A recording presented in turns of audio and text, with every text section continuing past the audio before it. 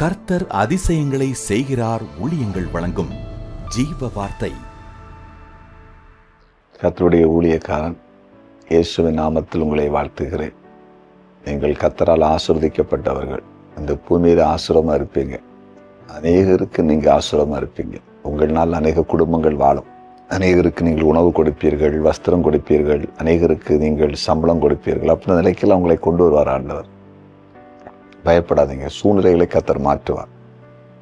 வேலை, தொழில், வியாபாரங்கள், நல்ல ஊழிய பாதைகள், இந்த பூமியில் நீங்கள் நன்றாக இருப்பதற்கும் மற்றவர்களுக்கு நீங்கள் உதவி செய்வதற்கு ஏற்றபடி சூழ்நிலை ஆண்டவர் உருவாக்குவார்.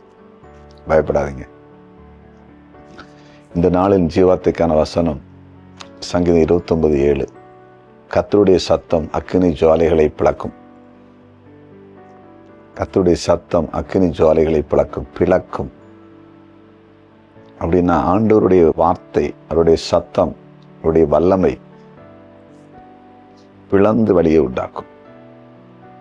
3 வாலிபர்களை அக்கினிக்குள்ள போட்டாங்க. அது அந்நிய அக்கினி. சாத்ராக், மேஷக், ஆபேத்நேகோ, அவங்க 3 பேரையும். அது அந்நிய அக்கினி. அதுக்குள்ள கர்த்தர் உள்ள போய் பிளந்து வெளியே கொண்டு வந்தார். உயிரோட கொண்டு வந்தார். ஒரு தீமை அவங்களுக்கு வரல. செங்கடலை எப்படி ஆண்டவர் பிளந்தார்? கடலை பிளக்க முடியுமா? யாரால முடியும்? ஆண்டவர் சொன்னார் மோசேட்ட, உன் கையில் இருக்கிற கோலை சமுத்திர நீட்டுன்னு சொன்னார். இந்த கோலை நீட்டுனோன்னு ஒரு காற்று அடிக்குது. கத்திரி அடிக்க பண்றாரு. கடல் 2 பிளந்து அப்படி நிற்கிது பாருங்க. தண்ணி மதுல போல நிற்கிது. அப்படி தண்ணி ஒதுங்கி வெட்டாந்திரையா மாறுது. இஸ்ரவேல் ஜனங்கள் நடந்து போறாங்க. பார்த்தீங்களா? பிளந்து வழி உண்டாக்குறாரு. வழி இல்லாத இடத்துல வழியை உண்டாக்குறாரு. அவருக்கு சத்தம் அதுதான் பண்ணும். அவருடைய வல்லமை தான் செய்யும். எங்க வழியிலேயே வழியை திறக்கும். கடலையே பிளந்த ஆண்டவர் நமக்காக ஒரு வழியை உண்டாக்க மாட்டாரா? வனாந்தரத்துல வழியை உண்டாக்குவாராம்.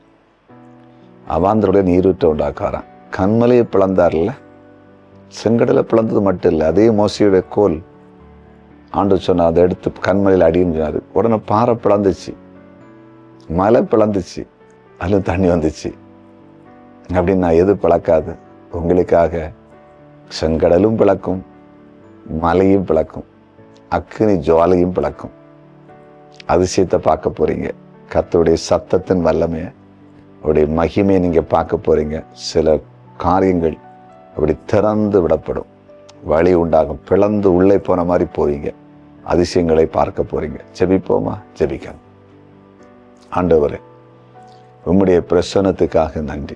நீர் பேசின வார்த்தைக்காக நன்றி. உம்முடைய சத்தம் அக்கினி ஜுவாலையை பிளக்கிறது. ஆம், உம்முடைய பிள்ளைகளுக்கு எங்கெல்லாம் வழி உண்டாவதற்கு, நன்மை உண்டாவதற்கு பிளக்கப்படணுமோ, கடலை பிளந்தவர், மலையை பிளந்தவர், அக்கினியை பிளந்தவர், அற்புதம் செய்திருங்க.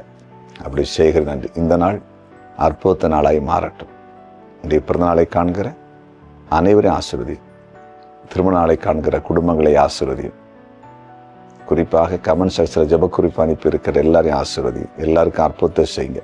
இயேசுவின் நாமத்தில் பிதாவே.